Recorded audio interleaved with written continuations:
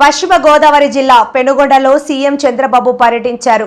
వాసవి కన్యక పరమేశ్వరి ఆలయానికి చేరుకున్న సీఎంకు ప్రధాన అర్చకులు ప్రత్యేక పూజలు నిర్వహించారు. అనంతరం సీఎం చంద్రబాబు మాట్లాడారు. 4 మంది గోత్రీకులు కుసుమ శ్రేష్ఠి దీనిపైన అడగ్గా వాళ్ళకు సంబంధించిన వ్యక్తులు 102 మంది గోత్రీకులు అంగీకరించలేదు. ఆవిడకి కూడా ఇష్టం లేదు. ఇష్టం లేనప్పుడు ఆవిడ పెళ్లికి నిరాకరించింది. దానిపైన ఆ రోజుట్లోనే మనం చూసాం.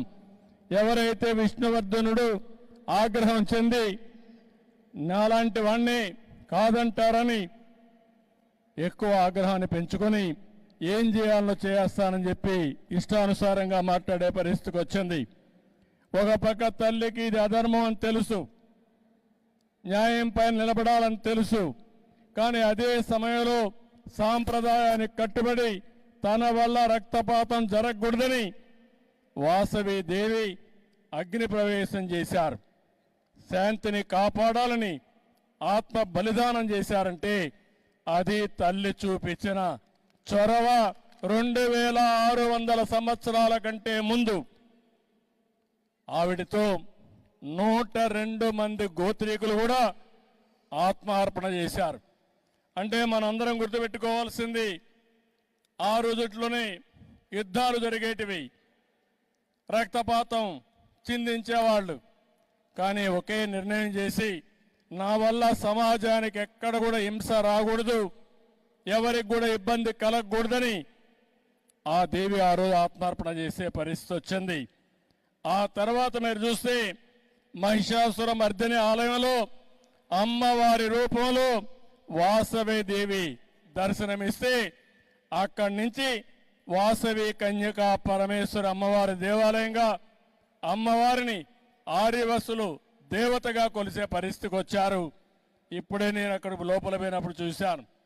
ఆవిడ త్యాగానికి, శక్తికి, సంకల్పంతో నేడు అన్ని వర్గాలు పూజలు చేస్తున్నారు.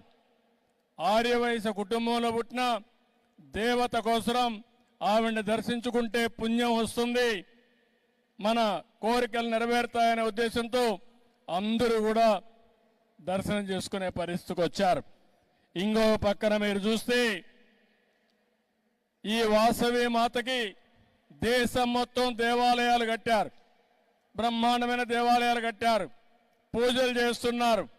ఇప్పుడు బెంగళూరులో ఉండేవాళ్ళు ఇక్కడికి వచ్చి వాసవి కన్యకా పరమేశ్వరి టెంపుల్ కట్టారంటే అది ఆ తల్లిపై నుండే నమ్మకమే కాదు మహిమ అని చెప్పి మరొకసారి మీ అందరికీ తెలియజేస్తున్నాం.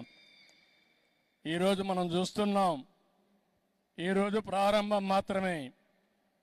రాబోయే రోజుల్లో ఈ టెంపుల్కి చాలా పేరు ప్రఖ్యాతులు వస్తాయి. ఏదైతే మనందరం చూస్తున్నామో దేశమంతా కూడా కాశీకి వెళ్తారు. వైశ్యులు, తల్లి పైన నమ్మకం ఉండే వాళ్ళందరూ కూడా పెనుగొండకు వచ్చి తల్లిని దర్శనం చేసుకుంటారు. అది ఈరోజు ఈ తల్లి మహిమ అని చెప్పి కూడా మీకు తెలియజేస్తున్నా. ఈరోజు ఇక్కడ చూస్తే 7 అంతస్తుల్లో గాలిగోపురం కట్టారు, 90 అడుగుల విగ్రహం పెట్టారు, మొత్తం అన్ని కూడా స్వచ్ఛందంగా చేశారు. రేపు ఎల్లుండి నుంచి ఇప్పటి నుంచి ట్రస్ట్ ద్వారా ఇంకా అనేక కార్యక్రమాలు చేయడానికి ముందుకొచ్చారు. దాతలందరినీ పేరు పేరున ఈ శుభదినాన పవిత్ర సమయంలో ప్రయాగ్రాజ్ లో జరుగుతున్న మహాకుంభమేళాకు భారీగా భక్తులు పోటెత్తుతున్నారు. త్రివేణి సంగమంలో భక్తులు పుణ్య స్నానాలు ఆచరిస్తున్నారు. తొక్కిసలాట ఘటనతో అప్రమత్తమైన యోగి సర్కార్ భక్తుల రద్దీ క్రమబద్ధీకరణకు పలు చర్యలు చేపట్టింది. కుంభమేళా ప్రాంతాన్ని నో వెహికల్ జోన్ గా ప్రకటించింది.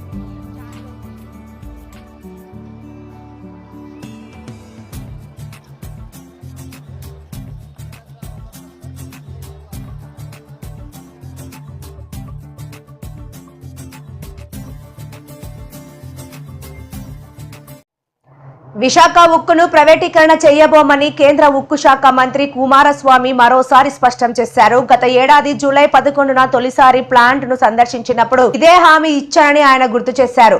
ఫ్లాట్ ను పరిశీలించాక కుమారస్వామి అధికారులు ఉక్కు కార్మిక ప్రతినిధులతో వేరువేరుగా సమావేశమయ్యారు. అనంతరం మీడియాతో మాట్లాడారు. build up this RINL steel plant.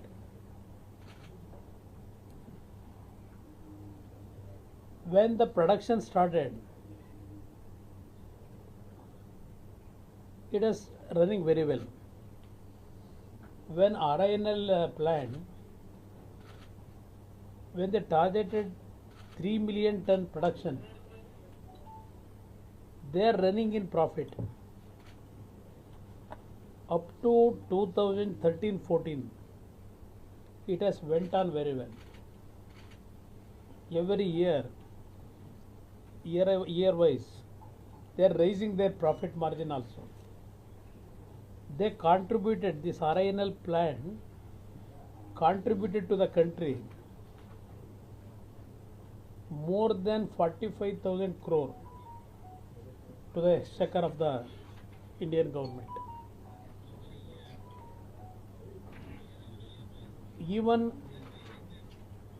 in 2013, RINL become Navaratna status. When they decided to expand the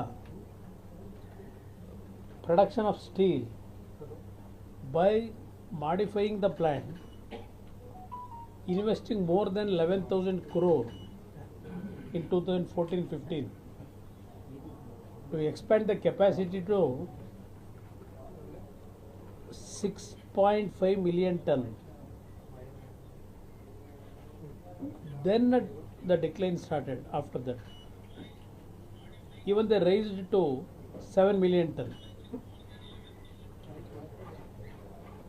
Because of the burden on the expansion of the plant, the loan taken by several banks, they are not able to pay back the amount. Even there was no capital mine for RINL. 3 mining is there actually in Orissa, but they are not operating there. When I got all this information, in 2021, central government decided to disinvest this plant and to hand it over to private. But people of Andhra, at that time they protested to give it to private stakeholders. From that year, slowly it is running actually. When I become a minister, when we reviewed the meeting, at that time the RINL commitment debt was more than 26,000 crore.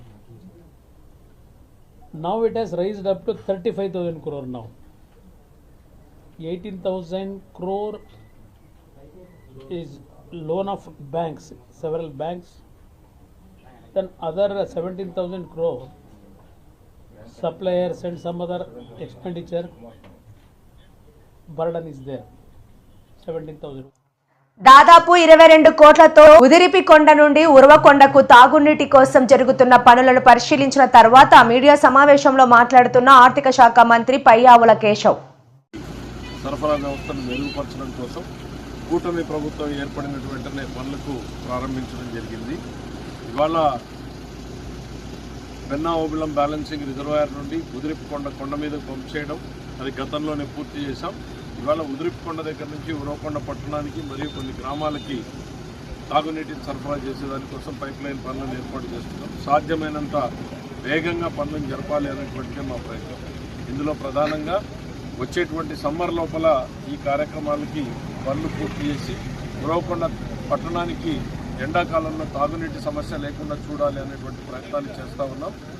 ఇది సహజంగా 6 నెలల నుంచి 8 నెలలు పట్టేటువంటి కార్యక్రమాన్ని పెద్ద సంఖ్యలో టీములు పెట్టి ఇప్పటికే 3 టీములు ఏర్పాటు చేయడం జరిగింది. 3 వైపుల మధ్యలోనూ అటు ఇటు కార్యక్రమాన్ని సపరేట్గా పైప్ లైనింగ్ జరిగేటట్టు ఈ కార్యక్రమాన్ని వేగవంతం చేయడం జరుగుతాం. అట్లనే ఉరవకొండ పట్టణంలో తాగునీటి క్వాలిటీ చాలా మడ్డితో కలిసి వచ్చేటువంటి పరిస్థితులు ఉన్నాయి. ఇవాళ ఒక సున్నితమైన సమస్యని ఫేస్ చేస్తూ ఉన్నాం.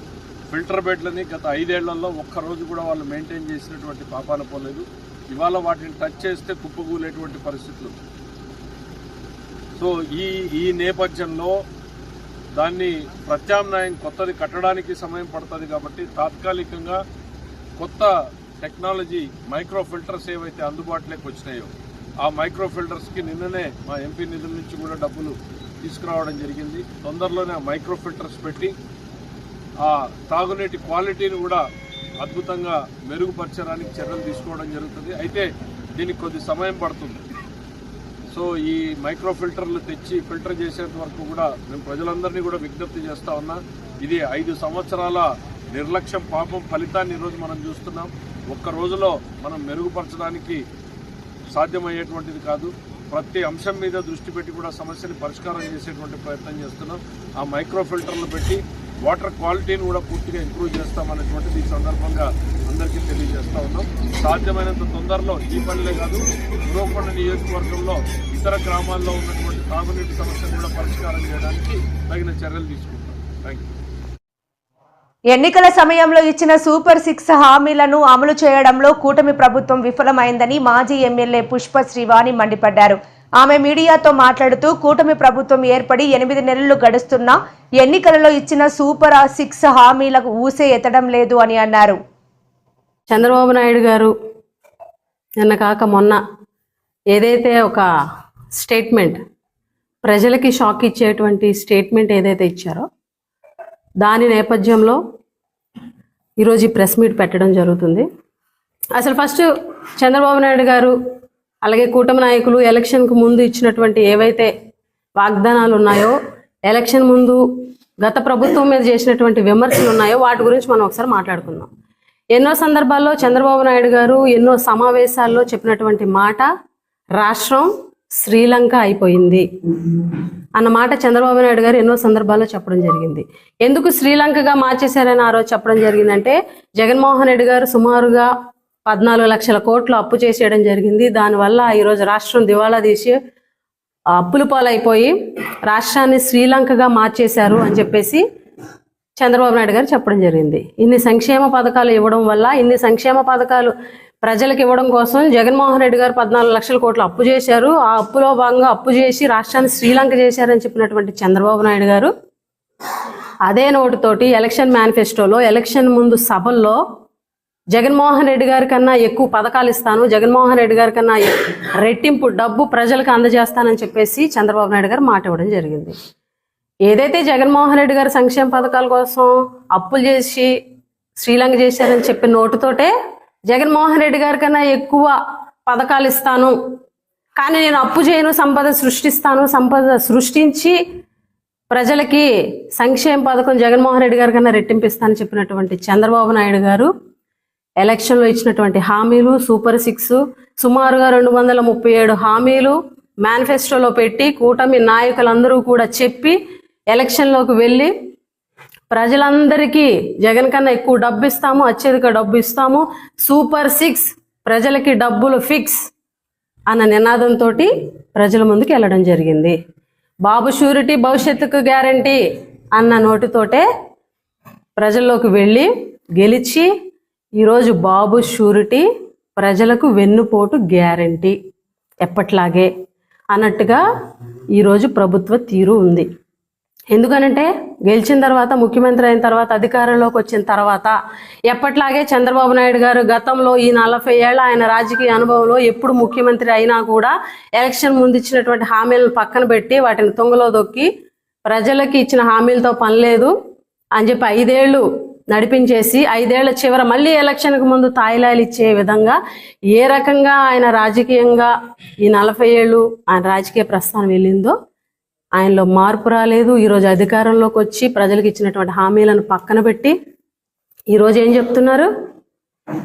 రాష్ట్రం అప్పుల పాలైపోయింది, రాష్ట్రం దివాలా తీసేసింది. కాబట్టి ఆల్కా సింగ్ గురువారం సాయంత్రం హత్యకు గురైనట్లు సమాచారం వచ్చిందని మార్కాపురం సిఐ విద్యాసాగర్ తెలిపారు. పెద్ద కొడుకు అనుమేల్ సింగ్ ఆన్లైన్ గేమ్స్ కు ఆడిట్ కావడంతో తల్లిదండ్రులు సెల్, ల్యాప్టాప్ లాక్కున్నారు. ఆల్కా సింగ్ భర్త బల్బీర్ సింగ్ 2 రోజుల క్రితం ఒరిస్సా వెళ్లినట్లు సిఐ తెలిపారు. కోస్ట్ గార్డ్ క్వార్టర్స్ లో అల్కా సింగ్ అనే ఒక మహిళ, వైఫ్ ఆఫ్ బల్బీర్ సింగ్, ఇతను కమాండెంట్, ఇతను భార్య నిన్న సాయంత్రం 4 గంటల నుంచి 6 గంటల మధ్యలో హత్యకు గురైనట్లు మనకి లేట్ నైట్ సమాచారం వచ్చిందండి. దాని మీద మనం దర్యాప్తు చేస్తున్నామండి. ఇంకా పూర్తి వివరాలు రావాల్సి ఉంది. అయితే ప్రాథమిక దర్యాప్తులో అల్కా సింగ్ అనే ఆవిడికి 2 కొడుకులు ఉన్నారు. భర్త కమాండెంట్ గారు ఒక 2 days బ్యాకే ఒరిస్సా దగ్గర భువనేశ్వర్ దగ్గరలో ఏదో ఊర్లో ఆన్ డ్యూటీ, బాల్సోర్ కానీ పరదీప్ కానీ ఆన్ డ్యూటీకి వెళ్ళారండి. ఇంట్లో అల్కా సింగ్ వాళ్ళ 2 కొడుకులు ఉన్నారండి. అనుమోల్ సింగ్ అని పెద్ద కొడుకు, చిన్న కొడుకు పేరు ఆయుష్మాన్ సింగ్, వీళ్ళిద్దరే ఉన్నారు. అయితే ఆ సమయంలో 4 to 6 సమయంలో పెద్ద కొడుకే ఉన్నాడు. పెద్ద కొడుకు కొద్దిగా ఆన్లైన్ గేమ్స్కి అలవాటు పడి ఎప్పుడు చదవకుండా ఆన్లైన్ గేమ్స్ సెల్లుకి ల్యాప్టాప్ మీదే ఉంటున్నాడని తల్లిదండ్రులు ఏంటంటే ల్యాప్టాప్, సెల్ తీసుకున్నారు. ఆ విషయమై తల్లితో గొడవ జరిగింది కుర్రాడికి. గొడవ జరిగిన తర్వాత అతనే చంపి ఉంటాడు, కత్తితో పొడి చంపు, ఏదైనా షార్ప్ వెపన్ వాడి చంపి ఉంటాడని కుటుంబ సభ్యులే అనుమానిస్తున్నారండి.